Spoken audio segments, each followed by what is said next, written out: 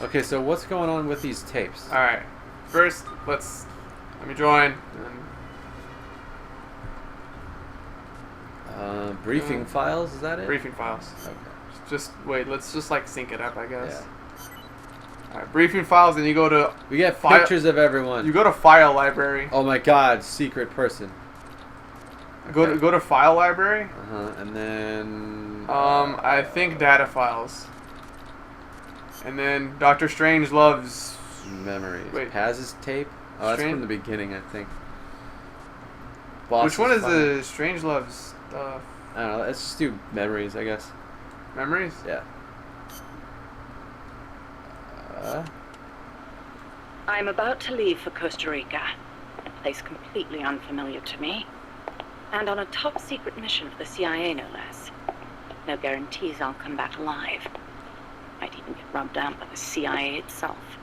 So I'm leaving behind this record. For her sake. For the boss's honor. Honor.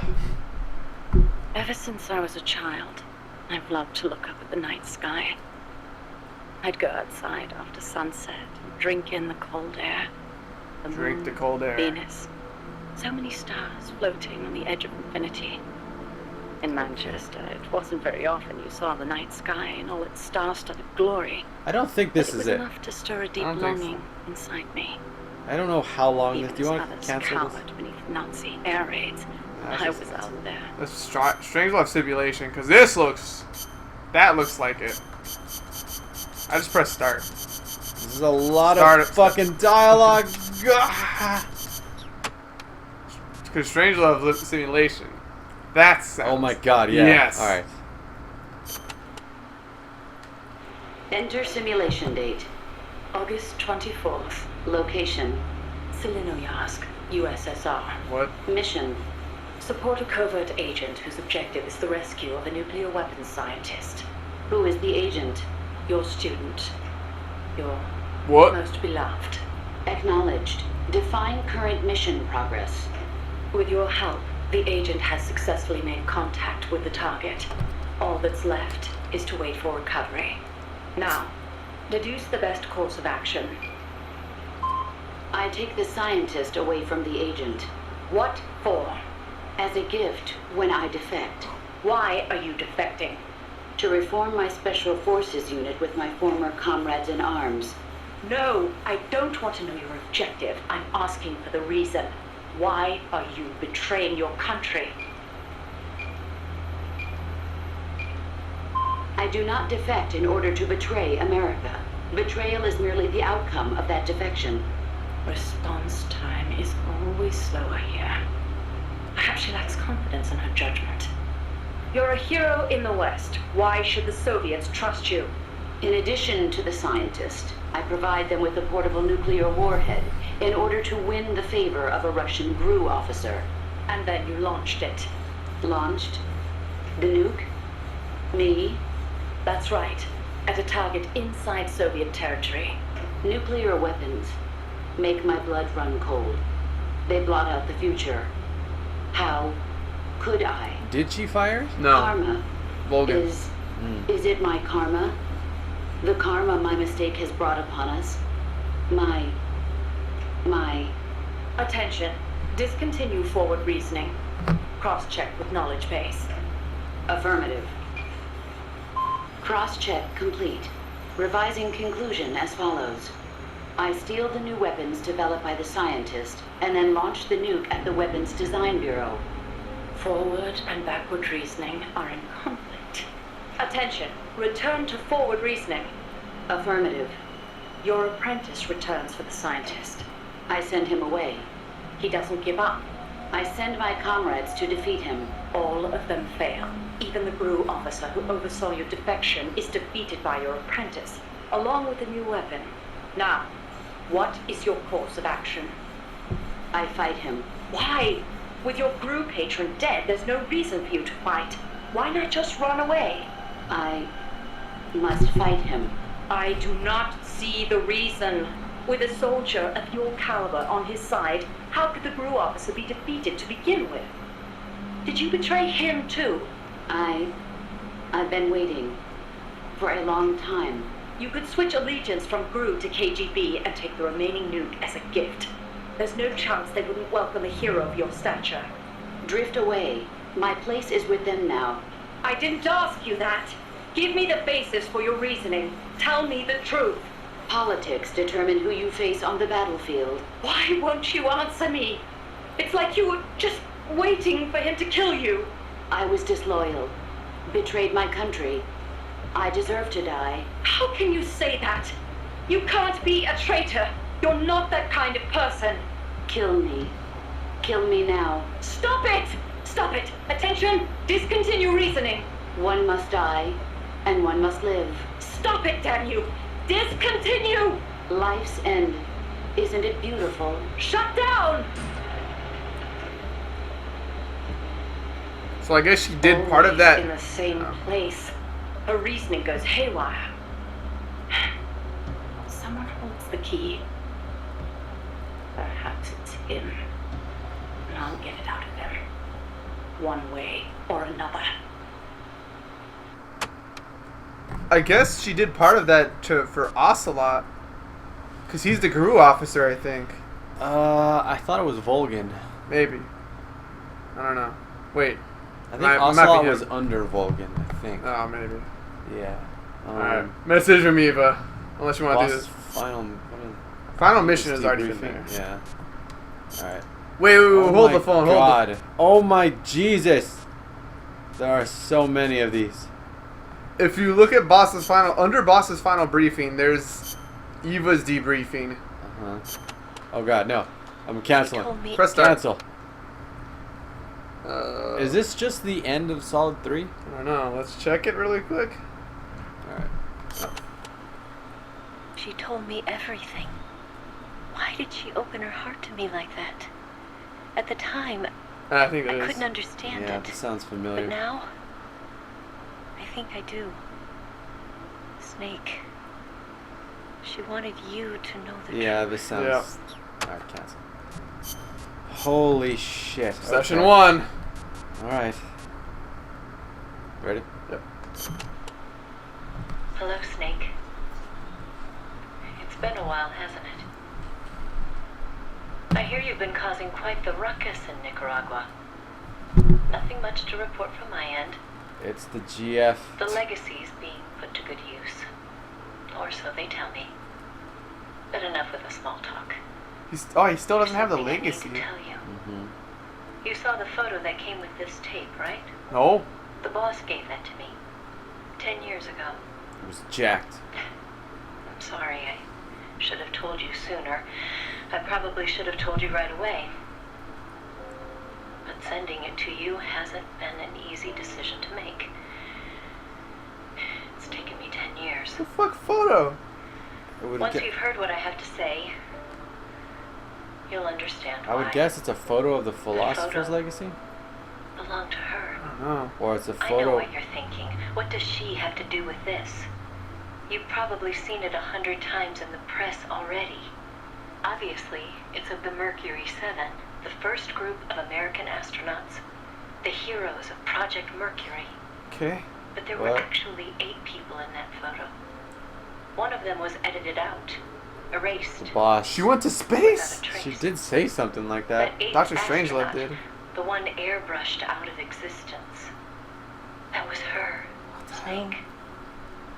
Now why did they need to keep her existence a secret?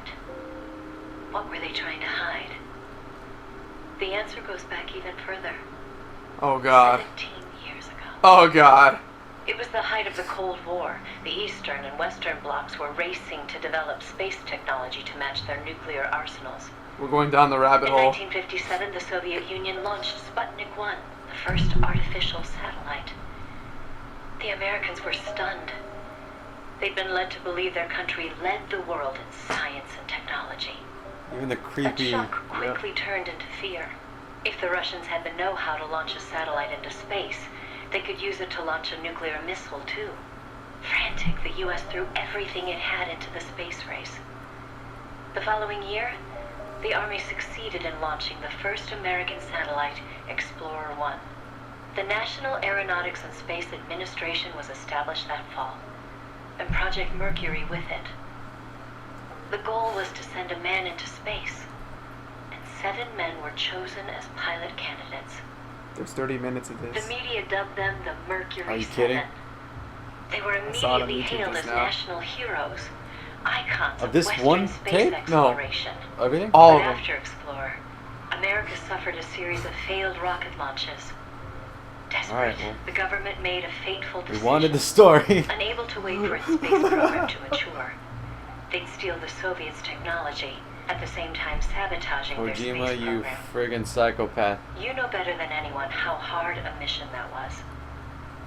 The Soviet space program was shrouded in secrecy. Recovering that information would be no easy task. You try to sabotage? Using the help of an insider, they'd insert a sleeper agent into the research Oh. institute, or else recruit one of those insiders to do the job for them. And, if necessary, the mission leader would have to go in and sort things out themselves. Someone was needed with experience, knowledge, and superior intuition. And the only one for the job was the boss. The president himself asked for her by name. He needed someone who could be trusted with the fate of a nation. Who else to turn to but the hero of the Second World War? It was June 1959. Oh no, So you another see, date. Snake, that's why she left. That was the top secret mission that took her from you. Oh. But her selection ruffled a few CIA feathers. They didn't appreciate the president going over their head like that. The mission was tough enough already, and now the CIA was dragging its feet. She couldn't get anything out of them. No manpower, no information. Left to her own devices, the boss made a decision she knew would come back to haunt her. She decided to tap into the Philosopher's Network. And that's when the wheels of fate began to turn. Remember in Solid 3 where Snake was like, "Why did you leave me? Why did you leave?" Towards the beginning, where like he first met the boss, he's like, "You've been gone for so long. What happened?" I don't remember that, but that sounds like a thing. I guess that's what happens. So wait, hang on. What happened there? Why did she leave? Something about space and stuff? I think she was gonna. She was a sleeper agent or something. She was basically sent to infiltrate the Russias to make them not be space not space fast enough. I think. And then so she got kind of screwed because everyone was like, "Go fuck yourself, President Johnson." And then she was like, but he told me to, and then they were like, well, no, we didn't. We don't know who you are. And she was like, hey, philosophers, I need some money or something. I guess. Or she did something. Because she didn't get any help from America. She did something. It's very crazy and weird, Yeah. but okay. All right. The Philosophers were a secret society of power brokers formed in a pact between the Oh US, my God. Russia, and China in the early 20th century. Of course, by that time, the American and Soviet branches had already parted ways. But there were those among the remaining Russian philosophers not entirely happy with the one-party communist state. The boss reached out to them. She arranged clandestine meetings in Berlin, hoping to find a way into OKB-1, the Soviets' premier design bureau. She worked tirelessly to win their sympathy, in some instances using huge sums of cash, in others, by helping them over the Berlin Wall. It was a dangerous game to be playing. The philosophers had everything on her, and not just information either. She'd given birth to a child on the battlefield, only to have them immediately snatch it away. I know she told you that story. If that child was in the hands of the Soviet philosophers, she'd be putting more than just herself in danger. But she did what she had to do. At the time, the Soviet Union was believed to have an arsenal of missiles far greater than that of the United States. If that proved to be the case, Moscow would be free from the yoke of nuclear deterrence. raising the possibility that the Soviets might actually launch nukes if they felt it necessary. As you know, the so-called missile gap turned out to be a Soviet bluff. Moscow had gone to incredible lengths to perpetuate the lie. In fact, the whole space race was really just a part of an elaborate ruse. Only we didn't know that at the time. She used to joke that even she swallowed the whole missile gap story, hook, line, and sinker. She put her life on the line for the sake of her country, to prevent nuclear war. And it was because of her sacrificial efforts that America succeeded in placing a sleeper agent inside OKB-1. NASA began to receive huge volumes of technical data from the Soviet program. By the end of 1959, they'd succeeded in sending a chimpanzee named Sam on a ballistic rocket flight. No. The rocket never left the atmosphere. No. But all the same, it was a huge success for NASA, Sam. restoring confidence in its Did technology. he die? I guess. Then, just when the operation was starting to produce results, the CIA came calling. "You're a war hero," they said. "No need for you to dirty your hands with this sort of black ops. We'll take it from here." In effect, they wanted to reap the rewards for themselves. But the boss didn't object. "My part is over," she said. "I don't care what you do with the data now."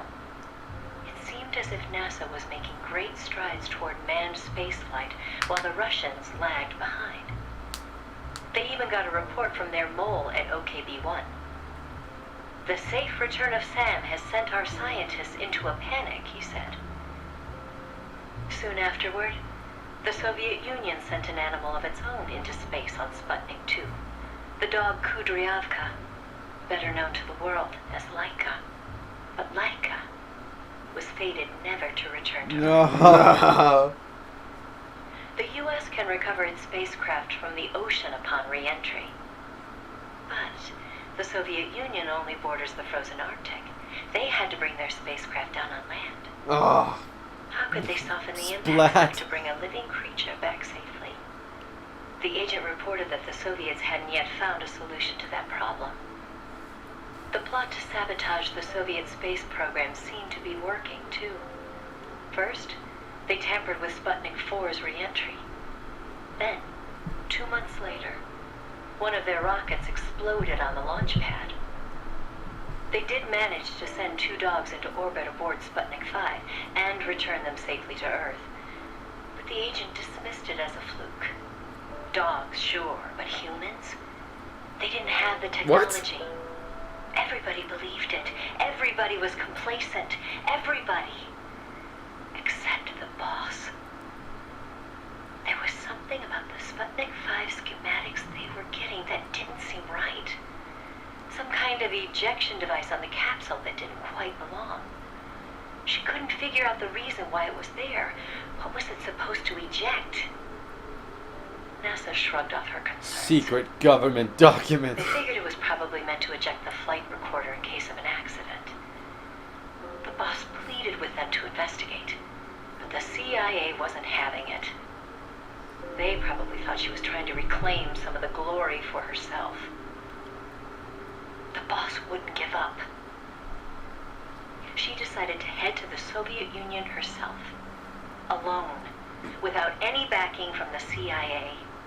By the beginning of the next year, 1961, she'd succeeded in infiltrating OKB-1. That's when she saw the truth, for the first time. Alright. What? So, okay, hang on. The thing that was ejected from the Sputnik 5, it has to be like the Philosopher's Legacy or something. Something enormous like that. The sleeper that she'd worked so hard to place was a double agent. Oh, He'd no. been What, turned by Ocelot? the Soviets and was feeding the Americans lies. I don't know. But what shocked the boss even more was why. The CIA's access agent had been taking a large cut of the sleeper's pay. The sleeper felt what little he was left with wasn't worth the risk. When he got a better offer from Moscow, he took it. At some point, the Americans' intelligence operation had become an open book to the Soviets. And contrary to what the sleeper had been reporting, The Soviets' manned spaceflight technology was quite advanced. It wasn't until she infiltrated OKB-1 herself that the boss learned the truth about Sputnik 5. After the spacecraft re-entered the atmosphere, it ejected the pilot, seat and all, at an altitude of 7,000 meters. It was the Soviet solution to the problem of land recovery. The mystery device attached to Sputnik 5 was for that purpose. The pilot would parachute down from that high altitude wearing a bulky spacesuit. Crazy, I know. The Soviets knew exactly how dangerous it was, of course. So much so that they gave Yuri Gagarin, the first man in space, a special 2-rank promotion before re-entry. Only Moscow could come up with this kind of plan. With total state control over information, they could easily pretend it never happened in the event of a failure. The boss passed the info on to NASA. It was their worst nightmare. The glory of mankind's first spaceflight was about to be stolen from them by the Soviet Union. It was Sputnik all over again. And the CIA was caught no less off guard. Their ineptitude had caused the fiasco in the first place. The Soviets' deception was brilliant. They'd woven a masterful tapestry of truth and fiction to convince the Americans their intelligence operations were proceeding as planned. No one but the boss could have seen through it. It was obvious the Soviets had some gifted minds working on their side. But that certainly didn't excuse the CIA's massive failure. The CIA wasn't done, though, and devised an ingenious plan to avoid taking responsibility. Luckily for them, a new president had been elected the previous November, John F. Kennedy. As he didn't know the case history when taking office, the CIA was able to feed lies to his new administration. They masked their own failures, placing the blame squarely on the boss's shoulders. After all, she'd selected an unreliable sleeper. They claimed she'd failed to make use of one of the most effective means of controlling a sleeper agent's actions: holding their family hostage. The boss was well aware that would have worked. That's Danganronpa style. She told me so later. But she couldn't bring herself to do it. It seems clear it had to do with having her own child taken. She could never inflict the same pain on anyone else.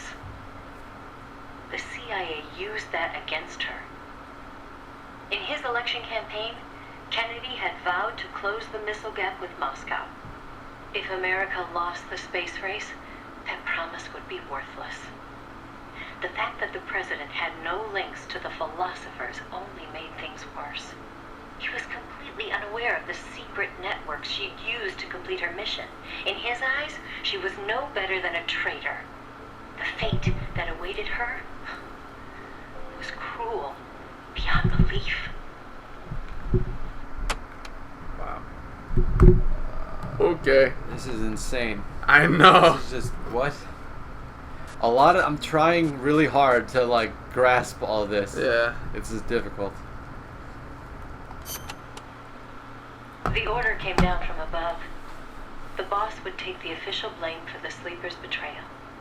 More so, she'd serve as the guinea pig for NASA's manned spaceflight program. By then, NASA had gotten as far as sending a chimp named Ham into space. Now came a whole battery of ground tests to pave the way for a human to take its place. High G tests, zero G tests, spacesuit tests, simulations in pressurized oxygen environments. Some of the tests were highly dangerous, too dangerous for the Mercury 7, who were by then already media darlings. So the boss was made to stand in for them. She could have refused the order, Damn. argued her side of the story against the CIA, but she didn't. The way she saw it, her military experience made her a potentially valuable asset to those tests. She felt it was her duty to accept. She soon proved herself right. The boss was more than just a guinea pig. She drew on her experience to give the staff focused advice exactly where it was needed. NASA's space program took off again. At the rate they were going, putting a man in space seemed within reach. The higher-ups at NASA were impressed with her talents. They took to calling her the 8th astronaut, the Mercury Lady. The photo I sent you was taken around that time. I suppose maybe they were planning to use it as propaganda, the world's first female astronaut. But then, just as things were looking up, they hit a new snag. The government told them to add a window. There were no windows in NASA's spacecraft back then. Ham never saw the stars around him. But Washington insisted. Their sources told them Soviet spaceships had windows. Space exploration as a form of propaganda in itself. After all, what was the point of sending a man into space if he couldn't tell the world what he'd seen? Most of all, though, they simply couldn't have the Russians doing something they couldn't. It was sheer madness, and everybody knew it. NASA was already facing impossible deadlines. Now they were adding yet another element of uncertainty to the mix. Installing a window would both weaken the spacecraft and make it harder to shield the occupant from cosmic rays. They weren't about to put their Mercury 7 golden boys in that kind of danger. So the boss was chosen as the pilot instead. Even if she made it up into space, she was given less than a 20% chance of returning to Earth alive. But she took it in stride, even helping them make the necessary design changes to the Mercury capsule. It was like going to work every day at NASA to make her own coffin. Then, without warning, the U.S. received intelligence that the Soviets had moved their Vostok spacecraft to the launch site. The launch was set for the following day, April 12th, 1961. Okay. What? The boss is getting screwed completely. Entirely. And she's Why just are like, we hearing so much about space? I want to know about nukes. And the boss. What's all this nonsense about space? Like, I get it. Like, yeah, she was used and then I guess used this is some more. explaining why she did what she did. Because they put me in space. Okay, right. America couldn't let the Soviets beat them with Vostok. NASA was forced to cut short the testing process and move the launch date up. They pulled out all the stops to get it scheduled for the earliest hours of the next day. The spacecraft would be launched from Cape Canaveral in the dead of night. For the flight path, they chose a course that would take her as far east as possible. She'd be able to see the Earth in daylight from the window, at least for a little while. The boss climbed into the Mercury capsule, having completed less than 80% of the regular flight procedure. Jesus. Both the timing and the flight path were risky, and testing was far from complete. But NASA had no other choice. The boss, for her part, never expected to come home alive. She was going on a one-way trip, the American version of Laika the dog. And yet she went all the same. Someone has to be first, she said. If fate has chosen me, then I accept, for my country, for the balance of the world. That's how she saw things. My chances may be slim, but I'll take them. I've accepted my fate. If anyone can get through this, I can. Then, on April 12th at 1:30 in the morning, the boss entered space. It was nothing short of a miracle. First, that she'd made it in an incomplete spacecraft. And second, that her flight coincided almost exactly with Gagarin's. As the sun rose over the horizon, and cosmic rays began to bombard her through the window, she saw the Earth. I think you've heard the story before. It was a world without borders, a perfect jewel. All nations, all ideologies. They seemed so far away. It almost made her laugh. knowing that they'd risked so much to beat the Soviets by a few short minutes. If she'd seen Vostok from her window, she probably would have waved. But the two spacecraft were destined for very different fates. Gagarin circled the Earth and returned to the Soviet Union, safe and sound. The Mercury capsule, on the other hand, deviated from its planned re-entry angle. The addition of a window had thrown the capsule's aerodynamics off balance. The boss's coffin veered wildly off course and began to plunge earthward. Okay.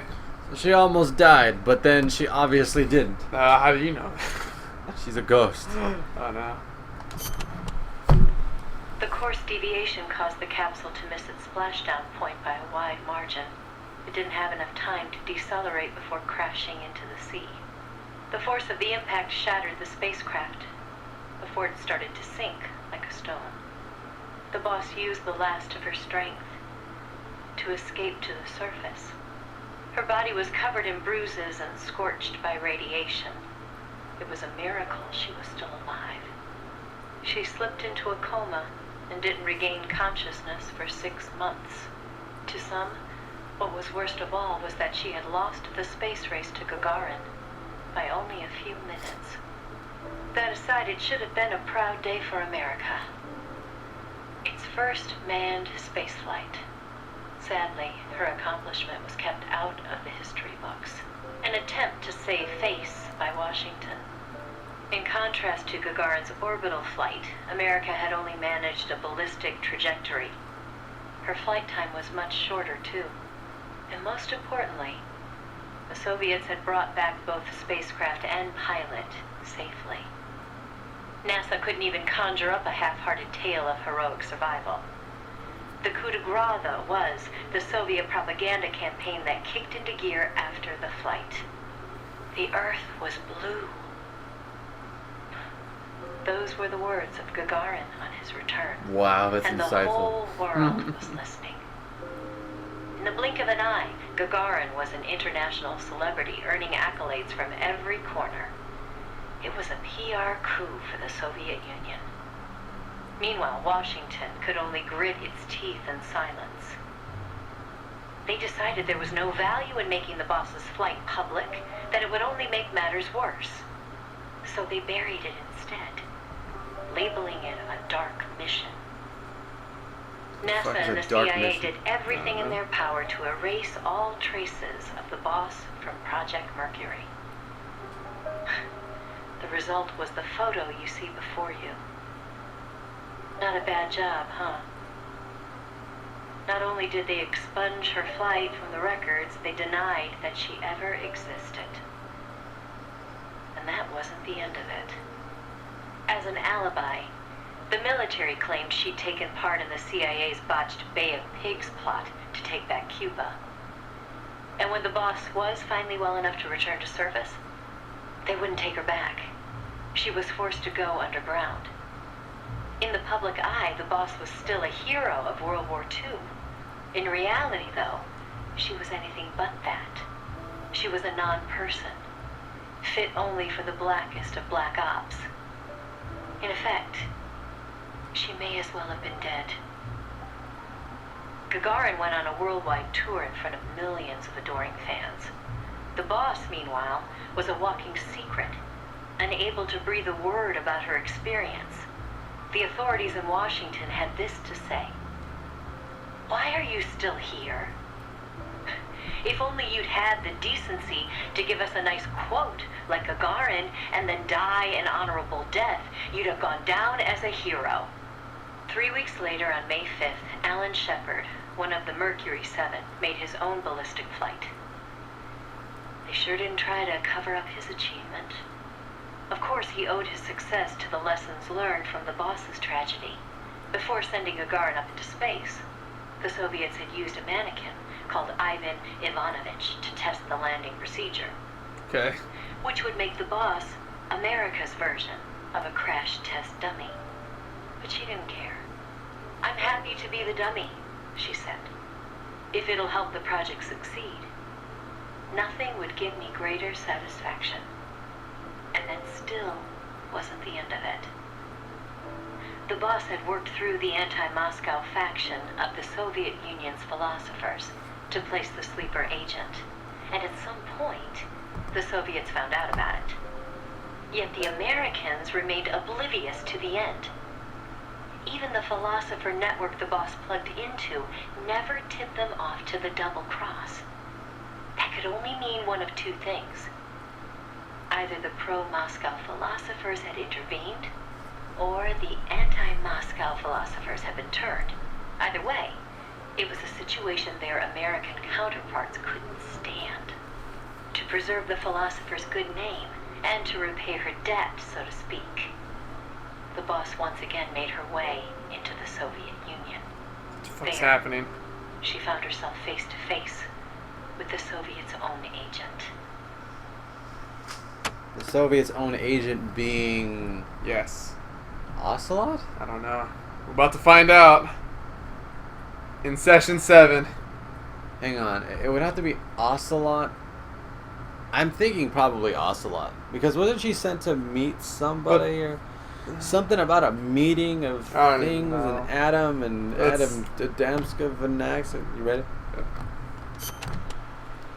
And who should she find awaiting her return to Russia? Alright, thanks, Eva. The one who'd turned her sleeper against her. Who'd fed them lies all this time. It was her former comrade in arms. Oh shit! Father of her Whoa. child. The man known as the Sorrow. What? What? He didn't know it was the boss who'd sent the sleeper. Or to be more precise, the Soviet philosophers never told him.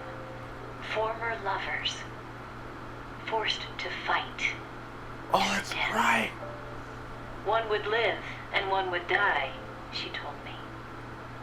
That was the revenge the Soviet philosophers had in store for me. If both of them survived, their child would suffer in their place. They were left with no other option. The boss shot him. He offered no resistance. When she returned from the Soviet Union, there was no place left for her to go. She'd sacrificed everything. Everything. For her country. And in return, they treated her like a dead woman. She was made a scapegoat for no good reason.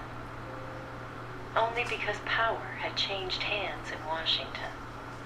Any lesser being would have long since cracked. It was then that one of her old SAS comrades reached out to her, Wha- Major Zero. And so Fox was born. She Okay. undertook a mission Story. that, well, you should know better than anybody. You are a part of it.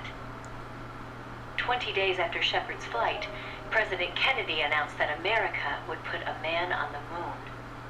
Without the intelligence the boss obtained, America's space program would never have caught up. Armstrong and Aldrin might never have walked on the moon. But the Americans' game had cost the boss her health, her honor, and the man she loved. The word But tragedy Strangelove. doesn't even begin to describe what she endured. The Soviets continued their manned space flights, and in 1963, Valentina Tereshkova became the so-called first woman in space. It said they took their cue from NASA's long-buried Mercury Lady project. And so that, Snake, is the mission that kept her away from you for so long. Now, I know what you're thinking. No, you don't. Why not use me as her agent? She knew I'd never even think of betraying her. I think it's because she didn't want to drag you into it. She probably knew what was going to happen. To complete the mission, she'd have to turn to the philosophers, and once she did that, whatever came of it, there'd be a price to But they didn't pay. know each other back then? No one understood that better than her. Ah, So please, I don't know how. Snake, let it go. When she gave me the photo, This is still going. she left me to decide whether or not to pass it along to you. I know she was torn about it, just as I was. She knew you'd probably blame yourself. Why did she hold on to it for so long? I can't say. To remind her of how much it hurt to be erased. She wasn't that kind of person. No.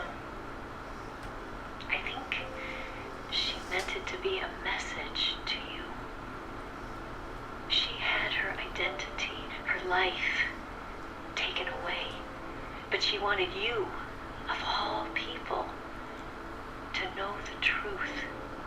Snake, you've probably already figured this out, but it's no accident that I'm only now sending you something I've withheld for so long. Little Bird tells me you recently made a big decision. You and the boss are different people. I understand that.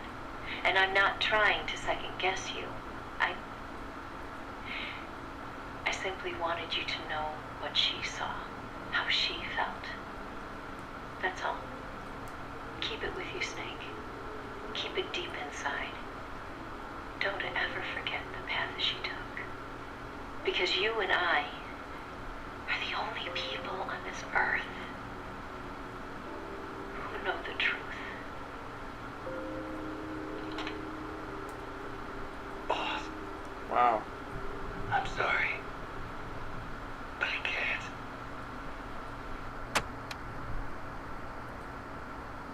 What? Can't what? He can't. Oh, he rejected the truth. Remember? Yeah.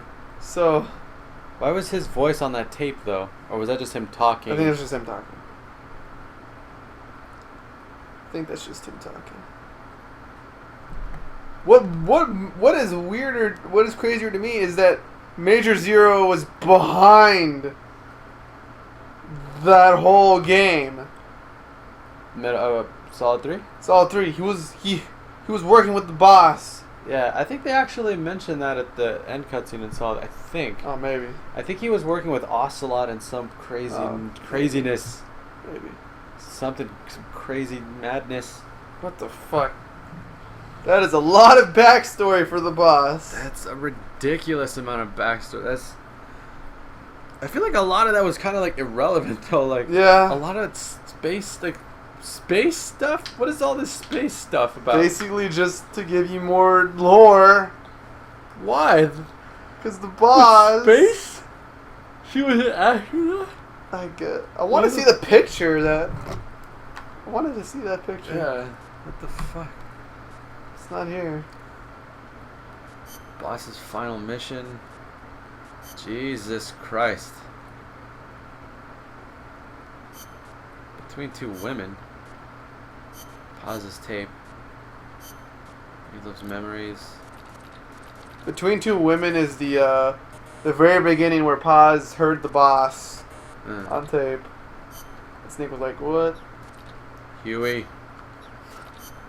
Chico. Amanda. That was a lot. That was completely an insane amount of fucking information. Wow. And it didn't really pertain to this game. It just pertained Or to... does it?